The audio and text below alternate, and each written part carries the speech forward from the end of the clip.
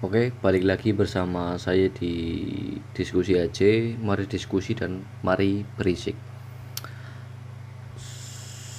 Semoga para pendengar dalam keadaan sehat ya. Karena saya bumpernya kayaknya cuman itu aja deh ini. Kayaknya nggak pernah tanya yang lain. Karena kalau tanya sudah menikah atau belum, saya juga belum menikah itu kurang sopan juga. Dan pertanyaan-pertanyaan itu kan hanya ada di Indonesia itu.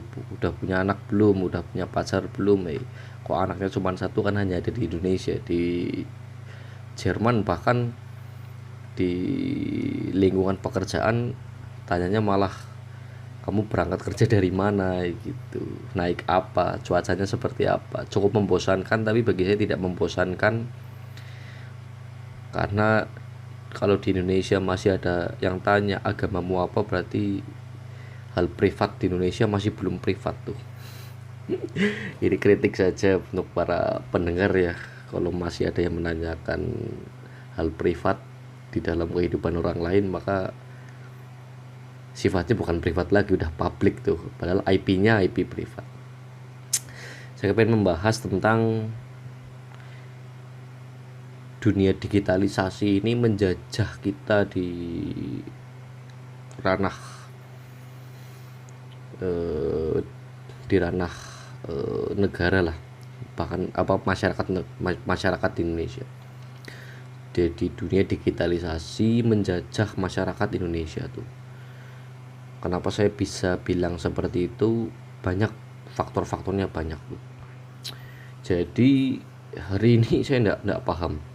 Banyak orang yang berlomba-lomba, tapi ini disclaimer dulu, nanti saya juga dinilai ya kamu juga buat ruang siaran kok kayak gitu, dan itu diupload di sosial media. Karena saya masih kepengen ngomong aja sebenarnya, enggak soal famous, soal cari uang, enggak melulu lah. Saya masih punya pekerjaan tetap, katakanlah seperti itu. Balik lagi, kenapa digitalisasi ini menjajah di Indonesia? Pertama adalah banyak orang yang berlomba-lomba itu di Indonesia, berlomba-lomba menjadi konten kreator. Kalau misal pertanyaannya adalah ketika banyak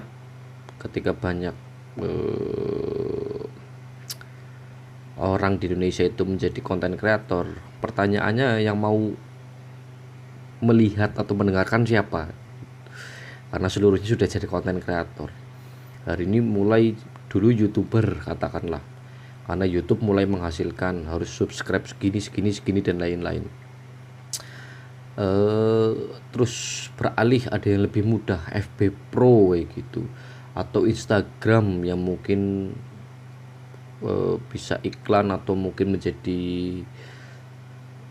endorse di akun pribadi, di profil pribadi seperti itu. Atau bukan FB Pro. FB Pro itu setiap hari posting yang mengenai tentang seksual, dan itu hanya dalam rangka cari uang tuh.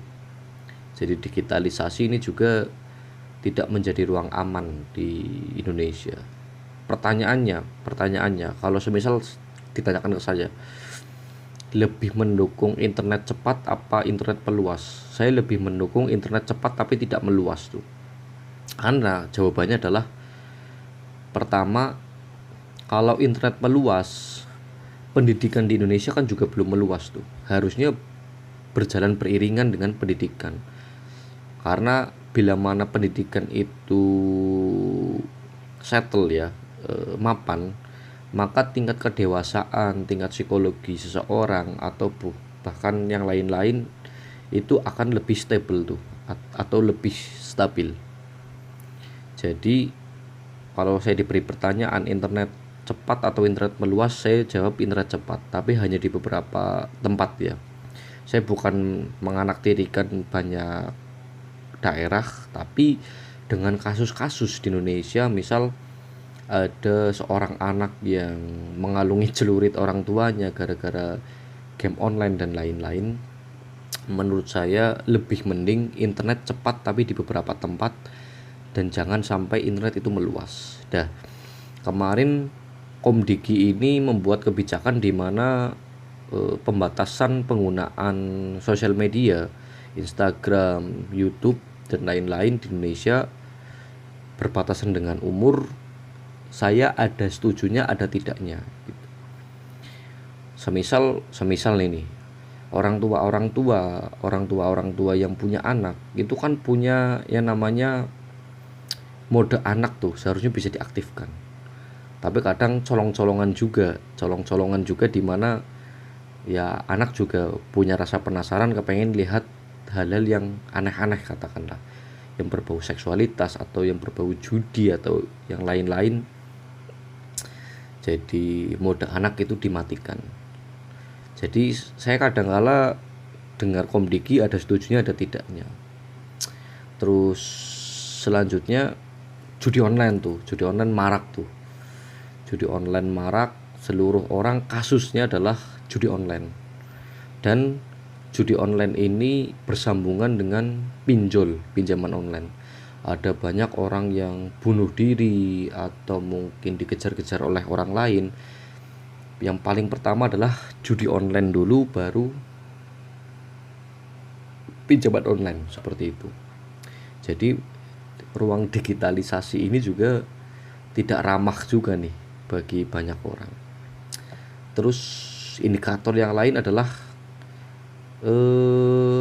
banyak, mungkin para pendengar tahulah, ada yang namanya OnlyFans atau bahkan dan lain-lain. Sama juga di konten kreator, tapi di konten kreator bidang lain. Sekarang di bidang video porno, Indonesia sudah masuk di tahap warganya adalah produksi tuh, bukan hanya menikmati, tapi sudah masuk produksi tuh. Jadi ada banyak orang-orang yang terkenal masuk di dunia OnlyFans dalam rangka buat video tuh. Menurut saya juga digitalisasi ini menjajah sekali tuh. Kadangkala pisau bermata dua tuh. Pisau bermata duanya adalah kita butuh kecepatannya, tapi atas dasar kecepatan ini banyak manusia yang mungkin sangat-sangat memanfaatkan keadaan dalam rangka kegiatannya itu tidak terdidik lah, seperti itu. Jadi minimal menurut saya digitalisasi ini juga menjajah banyak hal. Terus selanjutnya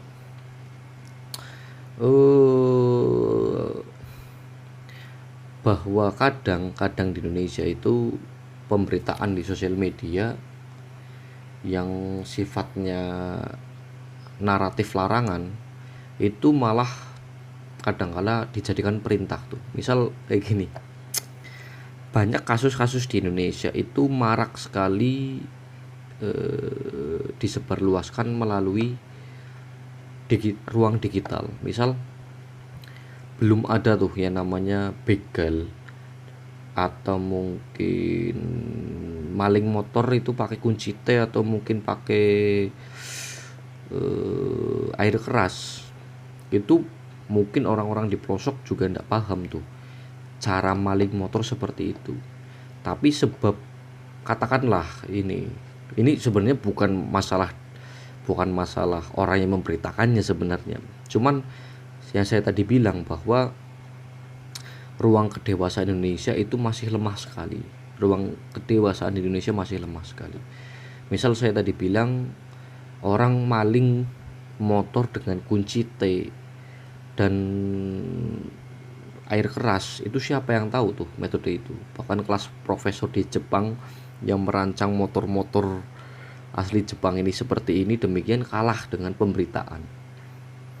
Bahkan ketika saya berbicara seperti ini pun ada banyak orang yang bertanya ya, oh jadi maling motor seperti itu ya, pakai kunci T dan air keras seperti itu. Jadi apa yang namanya, bukan begal motor, itu apa sih istilahnya, maling motor lah kayak gitu. Jadi ruang digitalisasi ini banyak menjajah.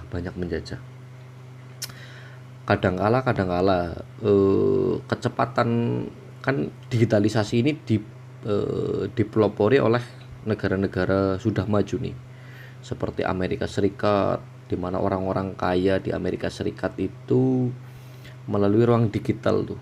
Beda dengan di Indonesia, orang-orang kaya di Indonesia pengusaha-pengusahanya masih bergaya konsumtif, tambang dan lain-lain. Tapi di Amerika Serikat sendiri orang-orang kaya itu sudah mulai beralih di mana tidak konsumtif nih. Bisa bisa nih kaya melalui ruang digital. Saya bahas menurut saya saja ya, maksudnya pro kontranya terserah para pendengar. Misalnya Elon Musk itu katakanlah kalau tidak salah dia buat ChatGPT itu. Kayaknya dari mana tuh? Saya juga belum begitu paham, mungkin para pendengar juga bisa memberikan masukan. Tapi intinya Elon Musk itu bisa kaya melalui pembuatan ChatGPT itu. Aneh juga kan, orang bisa kaya melalui aplikasi. Tapi intinya orang kaya di Amerika tuh buat yang namanya sebuah program dalam rangka mencari kekayaan. Windows atau installing di dalam PC atau komputer atau bahkan laptop, MacBook, Apple dan lain-lain. Itu buat sistemnya saja juga sudah kaya. Nah, saya mau bicara implikasinya nih. Karena Indonesia itu katakanlah itu masih percaya dengan hal-hal yang lain seperti sistem perjodohan atau mungkin orang patah tulang itu masih dipijat, tidak digips, tidak di apa. Jadi katakanlah di sistem kemajuan di Indonesia juga tidak bisa mengikuti, tidak bisa mengejar kemajuan di negara lain, terkhususkan di ruang digital. Jadi ada part di mana aturan kita itu abu-abu tuh. Misal beberapa aktivis itu mempersalahkan undang-undang ITE, di mana orang yang menyebarkan dan lain-lain ini merupakan ujaran kebencian. Tapi minimal menurut saya juga, saya baca juga iya, itu pasal karet. Karena skripsi saya juga, karena saya kuliah di bidang hukum, saya membahas undang-undang ITE itu tentang ujaran kebencian. Nah, kadangkala ada part abu-abu di mana Indonesia itu sudah ada, tapi karena mengejarnya terlalu lambat di luar negeri, jadi ada ruang abu-abu di mana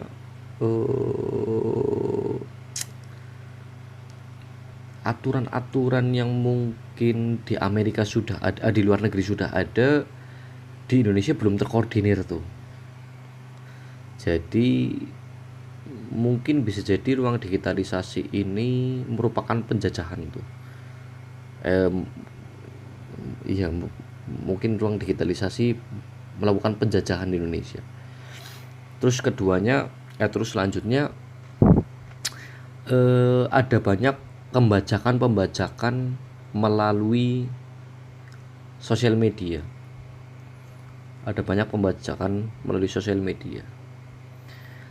Misal orang ngapain tuh nulis buku melalui penerbit dan lain-lain. Kalau nulis di sosial media itu ada aplikasinya kalau tidak salah, atau platformnya di ruang digital ini, nulis tanpa melalui penerbit itu bisa menghasilkan uang. Mailing atau apa itu saya kurang tahu, karena anak-anak sekarang yang tahu tuh. Oh, kayak kalau saya ngomong anak-anak sekarang saya terlihat tua sekali ya. Tapi intinya saya tahu dari anak-anak hari inilah, anak-anak kekinian seperti itu. Jadi tanpa melalui penerbit juga sudah bisa nulis buku. Menurut saya bagus, cuman hak kekayaan intelektualnya itu tidak ada. Orang bisa menjiplak nanti tulisan-tulisannya, termasuk buku yang sudah ada penerbitnya pula, itu dilakukan pembajakan besar-besaran tuh di ruang digital. Misal kita search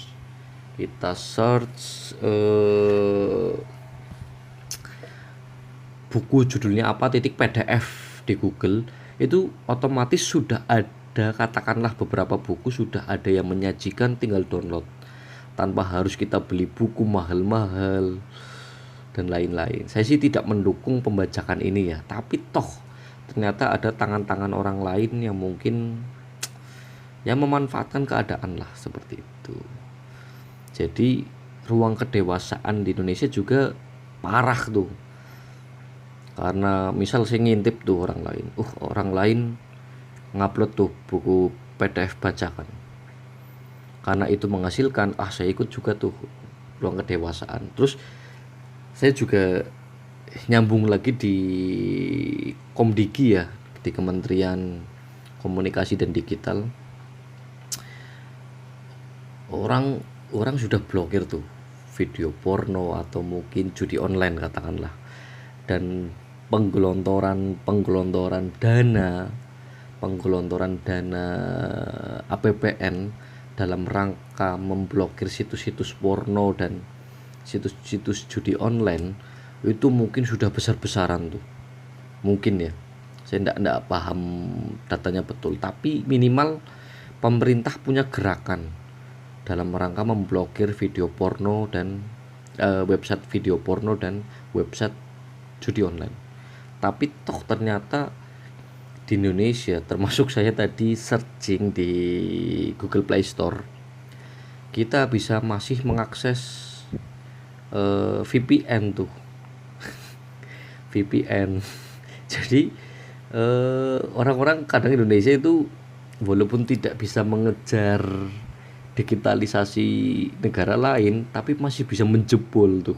Saya kadang-kadang kaget dan kagum juga terhadap orang-orang Indonesia. Misal saya juga ngecek tadi kata kunci keyword di Google. Sebenarnya walaupun ada banyak website video porno atau situs judi online yang diblokir oleh pemerintah, tapi keyword di Google, baik di Google atau di YouTube, itu masih membuka termin-termin. Misal saya yang paling lucu tuh diketikkan, jadi sebenarnya kan ini algoritma kan, pencarian teratasnya adalah keyword yang paling sering dicari tuh mungkin di Indonesia. Misal banyak blokir website video porno, website judi online, tapi masih ada tuh bagaimana cara menjebol website video porno, bagaimana cara menonton video porno di YouTube. Makanya kadang saya juga takjub dan kagum terhadap orang-orang Indonesia. Jadi saya punya kesimpulan di mana digitalisasi ini kadangkala juga menjajah di Indonesia. Yang pertama mungkin dari beberapa case yang saya tadi ceritakan, termasuk di OnlyFans. Jadi orang-orang sudah berpikir kayaknya kita jadi bintang di OnlyFans, dan itu bagi saya merusak Pak. Jadi bintang di OnlyFans, di mana melakukan kegiatan seperti itu dan dibayar, itu merupakan pekerjaan yang menarik. Terus selanjutnya banyak orang yang mungkin, bahkan ini berlaku di ibu-ibu,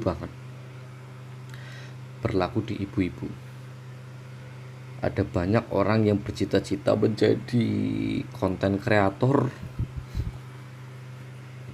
Ya siapa yang mau nonton juga kalau seluruh orang di Indonesia jadi konten kreator. Terus selanjutnya ada banyak kasus di mana anak-anak kecil itu ya membunuh orang tua dalam rangka game online dan lain-lain. Jadi saya kasih judul diskusi kali ini adalah digitalisasi menjajah warga negara, atau digitalisasi ini menjajah Indonesia juga tuh.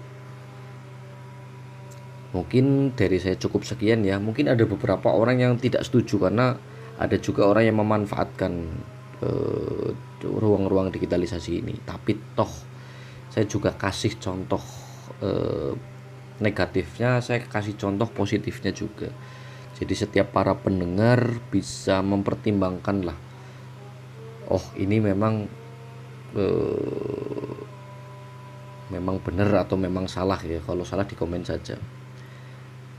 Jadi kalau kalau diskusi ini dibahas dengan serius, namanya bukan diskusi aja ya, karena saya mengambil part diskusi aja itu dengan sisi yang lain.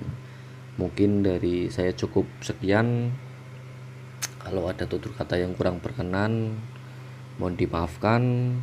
Saya butuh like, subscribe, dan mungkin share ke teman-teman. Untuk para teman-teman pendengar yang belum mendengarkan, tolong di share.